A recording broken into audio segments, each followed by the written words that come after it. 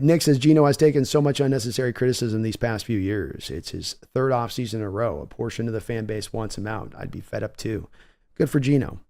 Yeah, that's where I come back to. Is I go, I kind of got some sympathy on this one. I mean, I haven't been a guy that's had to that's in a lot of ways fought this fight a little bit for Geno and trying to get some of the respect that I think has been well earned.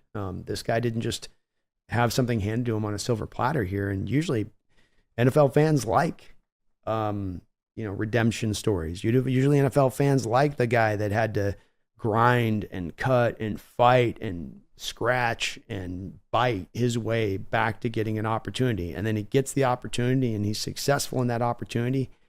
Usually this is something that is not hard to get fans to be like, yeah, let's go. But there's just something about Geno, I guess, to a certain degree. And that's where I come back. I can get a little bit if he's a little bit, comeback player of the year. We had 6 rookies starting on that team that got to the playoffs. I had us with the lead in San Francisco at halftime if our defense had even a vestige of an ability to stop that San Francisco 49er offense. We've got a chance to actually win that game on the back of how I'm playing. But I've learned at this point, Nick, like you have with it, there's just some that it's not going to be, that's not a rock that will skim across their pond. Their stance on Geno is their stance, and it won't change.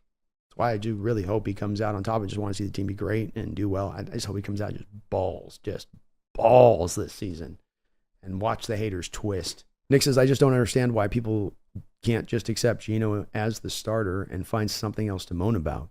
Go look at the Atlanta or the Jets or Denver the past few years of the quarterback position. It's my outlook as well in this, Nick. It's the understanding of not just where he is, where other franchises are with the other quarterback positions.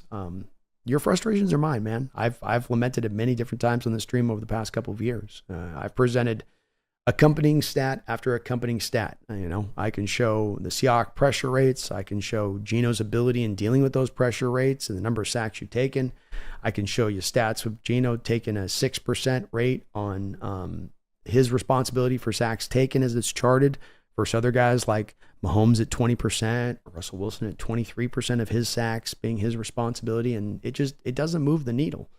And I think that my response to you, Nick, would be this. It sounds like hyperbole, but I do believe that it would basically take Geno Smith hoisting a Super Bowl trophy to finally bring these people over. And anything short of that is nothing but evidence of him failing and why they need to go get their quarterback of the future.